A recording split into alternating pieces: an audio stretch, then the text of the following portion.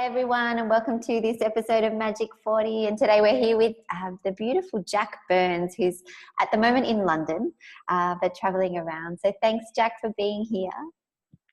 You're welcome. And that was a beautiful "you're welcome."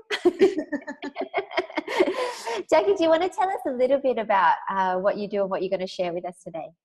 Sure, yeah. So maybe I'll go way back. So I grew up in Adelaide in South Australia, and my first job was with my mum. She was an academic bookseller, and so I used to sharpen pencils in the school holidays. I'm not getting up. Fantastic. And move books around, and generally sort of not do as much as I should have been doing. I think I played with the stationery more than I actually helped my mum. And then I started at Adelaide Writers Week and got such a bug after meeting Alice Walker, the author of The Colour Purple, that I just had to go to London, because for me, London was where publishing really was in a big way. And so I came over to London and began working at Random House, it was in those days, and then HarperCollins, where I was commissioning. And I through a relationship with authors, I realised that I wanted to get closer to the source of the creation of the idea rather than taking it on after I'd commissioned it. So the only way to do that really was to be an agent. So I left publishing to be an agent on my own. And then another itch took me, which was I had to say no to a lot of ideas that weren't quite ready. So how could I help in that place? And I set up London Writers Club, which is a monthly live event where I bring big agents from across London, bring them into the room with writers and say, come on, this is what this agent's looking for. Let's find out how we can pitch to them and make your book a success, really. So that's a potted history of me. Fantastic. And then today, I know we've got a few topics that we want to cover, but most importantly, what are you thinking that would be a really good thing to cover for someone that was maybe beginning out in writing or thinking about publishing a book? You know, that feeling of when you just feel like you have something inside you to express or to get out, possibly through writing. And could you speak to that a little bit about what? Oh, yeah. You know the way you think you know the pain of the people you're trying to help, and then one day something comes along that shows you that you do, but there's another level to it. Well, I can't draw, so I went to a drawing class last year, and one of the first things that the teacher said to me was just make a mark. And if you've tried to draw, you've probably heard that from your teacher too. And when I heard that, I thought, that's the thing that gets in the way of writing. I mean, the barrier to writing is very low. Anybody can pick up a pen, pencil, or a computer and just start to write. But so that's not an issue. What the issue is what goes on in our heads, and we stop ourselves from doing it because of fear. And I think the best way to bust that is just to go, no one is ever going to read what I'm about to write until I'm ready for them to read it. And that may be never, and it might be soon. So a really good way to start is just, a little tatty-on notebook, a beautiful journal, whatever you want. Just start throwing it down on paper, pouring stuff out, safe in the knowledge that this is your private place and that no one else is going to see it. And then if you do decide you want to make a book from that, then you can select the pieces that you're willing to share from that. But just start doing it. I mean, there's huge catharsis in writing.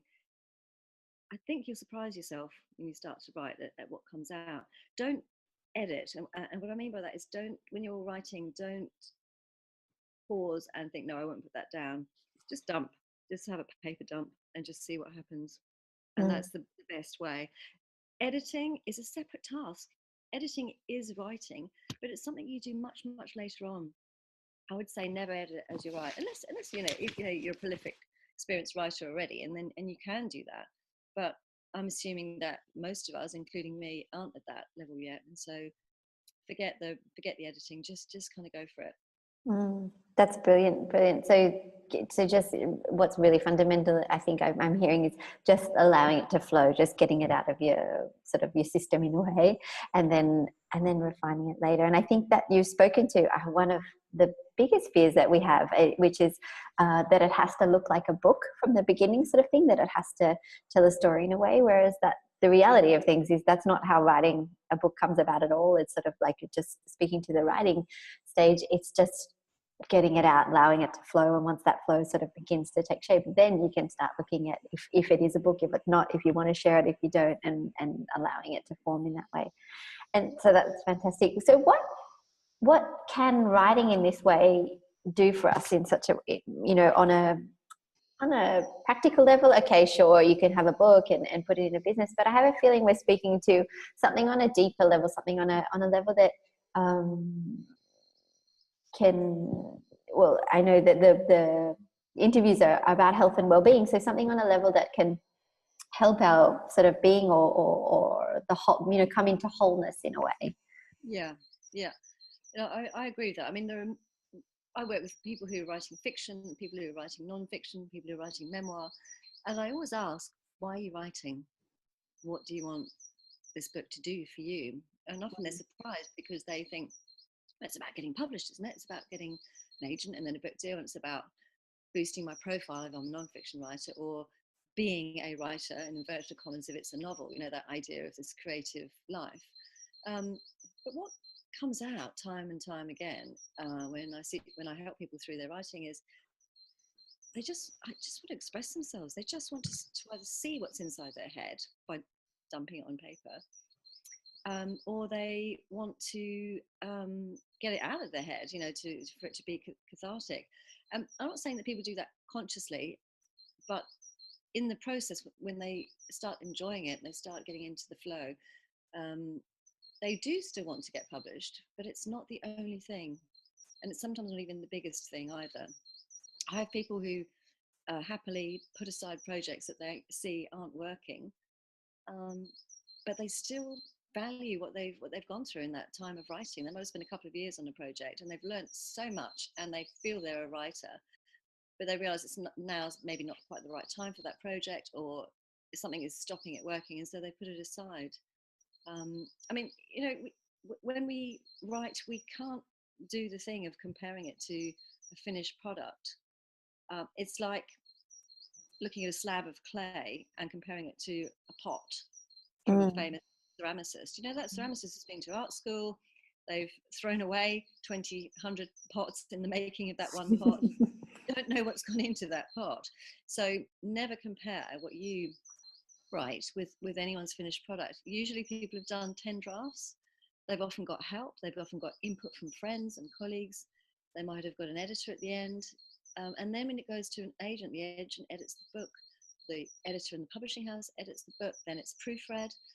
There's so many stages to the process. So do not be hard on your writing. Just let it out. What I would say is, when you've had a play and thrown some words around, you don't have to plan yourself to death, but you can just start thinking about containers. And because I'm an Aussie who grew up in the 70s and 80s and went to Tupperware parties with my mum, I always kind of called them Tupperware boxes. So with your ideas, just think of them as little Tupperware plastic boxes and give them headings. So at the moment, I'm just playing around with the little thing about my little rescue dog that I've got. And I'm calling it Brown Dog, which is a play on Black Dog, a name for depression. And I've thought of this because my little brown dog has made me much happier and got me out in nature more, and just made me realize a lot of things about life, the universe, and everything. So what I'm doing is I'm actually doing that one on my phone. So I just press the record button on my phone when I'm walking in the park, and I've got little separate notes, little headings, and I just speak. So it types up my words under headings. So if you're worried about having a brain dump and thinking, oh, it's all very well, Jacq Burns, to tell me to just dump the ideas, but then I've got to sift through thousands of words, then do start to break it up a little bit, so that you've at least got some containers that you can look at afterwards and figure out which ones work, or which ones you like, or which you might develop into a book. It's just all playing. I have no idea what I'm going to do with this brown dog thing. It might just be my batty old lady project. Because that's what I look like in the park when I'm speaking to my phone. But I don't care. I don't care what it is. It's making me feel happy. It makes me laugh when I'm in the park and I see someone towards me with a very large dog, and they start patronising my small dog, and it just makes me think of other things about human beings and how we behave. And it gives me joy, and that's what I hope that writing a book would do for you too. It makes you find access parts of yourself you didn't know were there, and thoughts that you have buried, feelings you have that you haven't acknowledged. It just way beyond any publication pays dividends and benefits, all around. Yeah, beautiful. And I love that. I love that it just it brings me joy in the moment. And it's so true. I remember starting with you. You and I had a call, I think it was 2 years ago now. And that first call of, I think I want to write a book, that fear of approaching writing at all. And in one call, you were able to break down for me, okay, well, what do you want it to be about? And even just being able to voice what I'd like to be about, talking through stages. And it's gotten me to a stage now where I just enjoy the process of writing so much. Like you said, it just brings me joy just to write, and create and carving that time to write. Sure, if I can get it out there and it serves a higher purpose, great. But like you said, it just bringing more of that joy in your day to day can be such a healing process in itself. So I think that's ultimately such a beautiful thing. And to think that it doesn't have to look like something else, And now we have, I guess, access to such great things like blogs and, access to sharing writing in a way that is so easy. There's so many ways we can share writing if that's something that we want to do. So I'd love you to speak to what can be the two sides of writing. So we can, for people that do want to write a book and are ready to write a book for their business and feel like they know a little bit about a topic. And I know you've got your other side of writing about the expression and about that. Can you speak a little about to bringing those two together and how we can do that? So when you start putting words down, you will start to see that there's a kind of a theme or a preoccupation or a passion or whatever you like to call it. And at some point, it's worth kind of asking yourself, what's the reason for this? Why is this coming up? And am I in my work? Am I doing this? Is this something that's relevant, or is this something that's telling me where I want to go next in my business and the things I'm interested in? And when you start asking yourself that, which by the way is if you're interviewed on radio or television about a book, this is when you've written your bestseller, of course, sometimes they'll ask you a bit about the book, but mostly they'll ask you where you got the idea from. What drove you to write this book? Where did it come from? Well, what's the inspiration? What do you hope to do with this? And so even the kind of commercial successful end, they're really interested in you as a human being and where it all came from. So even if you think you're writing something that's random and not necessarily related to your business, dig a bit deeper and just think about, what is this really all about? Is it about something that's unexpressed in my business, or is it describing fundamentally the values that are dear to my business? And is this book an opportunity to further illustrate those, to express them more, to explore them more? There's always a reason. You don't just write a book randomly. You don't just write anything randomly. It's coming from a deep well, Mm-hmm.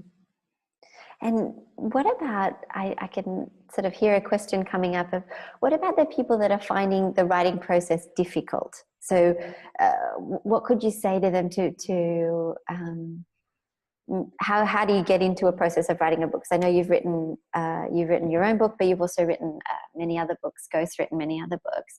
So how do you go about that process to make it either not so difficult or to get into the flow of things? I think it goes back to the idea of making a mark. If you are finding it difficult, then isolate what the difficulty is. So here's an example. When I'd written many books, but when I wrote my first book, that was utterly and totally about my profession. It's a book called Write a Bestseller. I was called up by the publisher and asked to write it, and I think they gave me 4 months. 6 weeks before I was due to deliver that book, I hadn't written it yet. anybody. And because I was absolutely bloody terrified. And I thought, oh my God, here's a woman who's been working with writers for God knows how many years, 20 odd years. And I am about to fluff this big time. big time. So, and I didn't sleep a wink for the 4 months that book was, during which I was commissioned. And I was going to the park, the same one in which I walk my little dog now, and I was there at 5 a.m. without a dog, so looking like a total weirdo, kicking trees, poor trees, kicking trees, trying to get like to the root of why I was finding it difficult. And it was because it was two things. It was because, one, I felt like I was going to be very visible in front of my colleagues who I respect and admire, and some of them I'm afraid of. Side note. Scary people in publishing. So one was that I was afraid of being visible and afraid of judgment and all of that stuff, which is a big one for lots of people. And the second one was that, to be perfectly honest, I hadn't quite yet found my premise, okay, or like the central piece of what my book was about. So let's take number one first. So being afraid of being visible, a huge one, huge one. So that's why, going back again to when you first start writing, this is not for publication. This is for my eyes only. This book is not going to be read by anyone else. So you just write. You just write, without any judgment, without thinking that anyone's going to see it. At the end of that process, you ask someone else's opinion, just like you would get help from a coach or a therapist. You know, you take it away from the banging around the inside of your own head, and you get someone else's eyes or ears on it, so that so that you genuinely take it away from the obsessive thing of this is not good enough. So that, I think that's really, really crucial. So don't show it to your mum. If your mum has got a bad relationship with your mum, she's going to go, oh, darling, it could be better. If you've got a great relationship with your mum, she's going to say, wonderful, darling, neither of which are going to help you.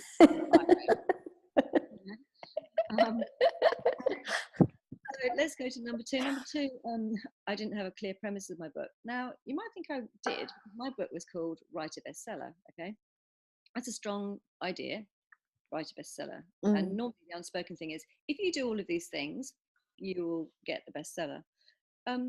Now, I have a bit of a problem with claiming to be an expert, even though I am, having done it for long enough. I have a bit of a problem with standing up and being visible too. So for me, write a bestseller felt way too lofty. It felt like I was elevating myself above other people. So for it to work for me to unlock it and make it my baby, rather than feeling like I was trying to be like somebody else, I had to switch it around, and I had to do the thing of, is it possible? Because I'm curious. I thought, well, what is it about you, Jacq Burns? You know, what kind of person are you? My number one thing is curiosity, right? So I thought, okay, you need to flip it. So this book is about asking the question, is it possible to write a bestseller? And so all I did was, I didn't change any of the content of the book that I by then had written some of. What I changed was the introduction to go, can you write a bestseller? Is it possible to write a bestseller? And I started with, what I do know is that if you do these things, you'll bugger up your chances, in nicer language than that. And if you do these things, you massively increase your chances. And then I went and spoke to loads of people in the industry, because I was worried about me putting myself up as an expert. So I thought, well, let's share the load. Just like that. So I went and asked 100 publishers and agents, what do you think? What makes a bestseller? And I put them in the book. And I thought, I now feel like I've earned the right to say, this is how you write a bestseller.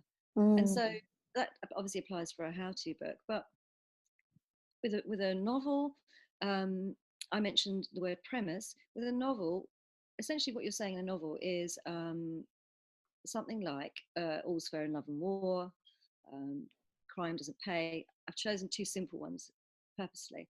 And what you do in a novel is you prove that premise. So in the actions of the character and in the plot and the way the story unfolds, you prove your premise. So again, it's really important to know, what am I actually saying here? What is the point of this book? What's the one thing that I want to say? And if that one thing is important enough to you, then you will drive yourself to the end to get there. And if it's not working, if it doesn't feel right, then go back to your values of what they are. Are your values, I don't know, Maddie, so what's your first value. You're probably similar to me, and maybe curiosity and adventure and stuff like that, aren't you? Yeah, curiosity is definitely a big one for Yeah. me. It might be, how does this work? Yeah. How does it work? I'm going to go and find out how this works. I'm going to travel around the world and find out how this works. So just think about, what kind of person you are. Otherwise, you will feel blocked because you're trying to squeeze yourself into someone else's format. Right. So you almost becoming flexible in a way about your ideas of how this project could look. Let's say how this Mhm.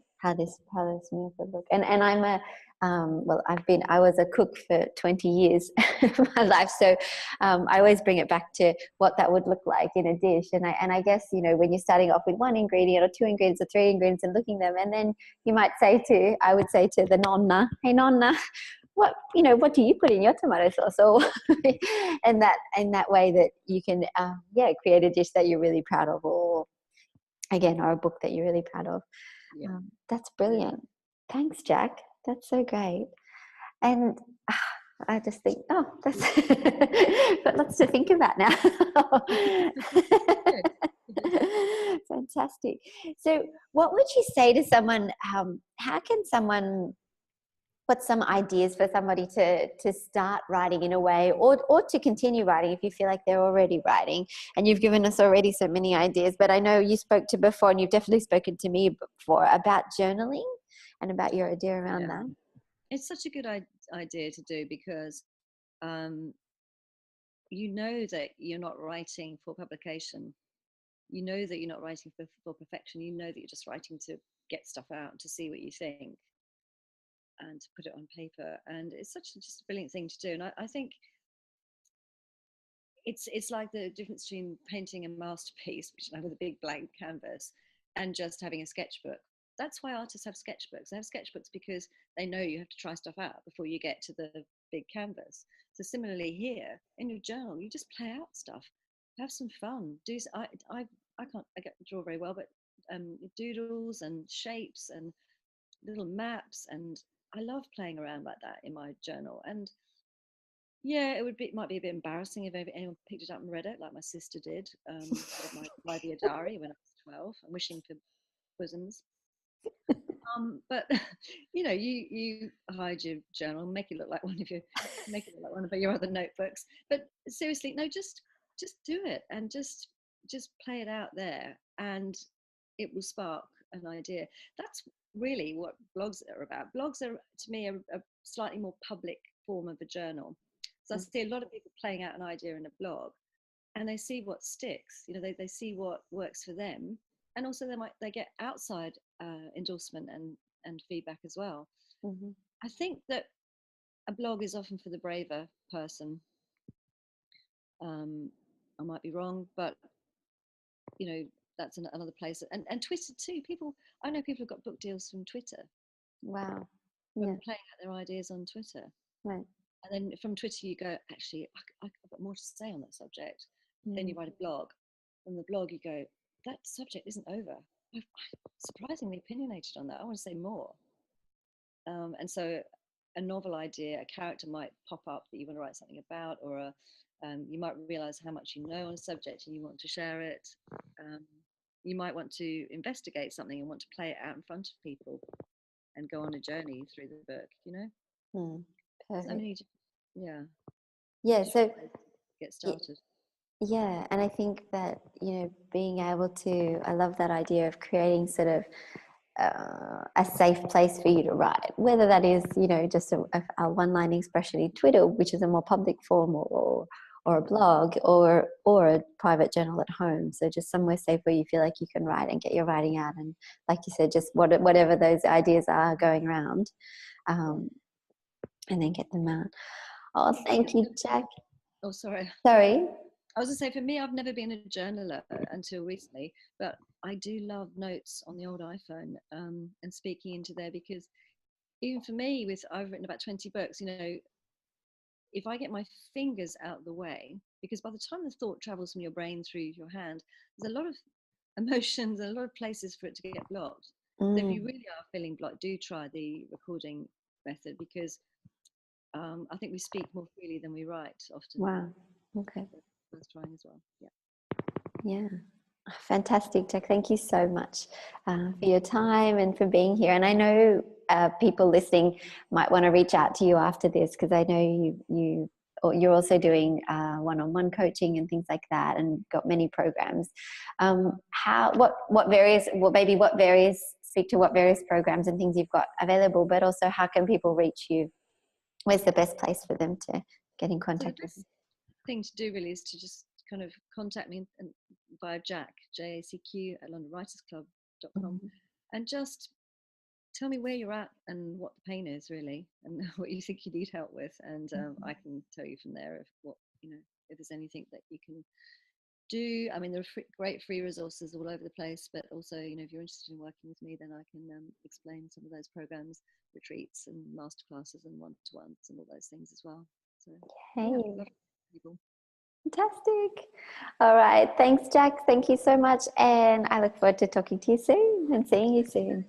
Thanks for having me. Bye bye. Thank you.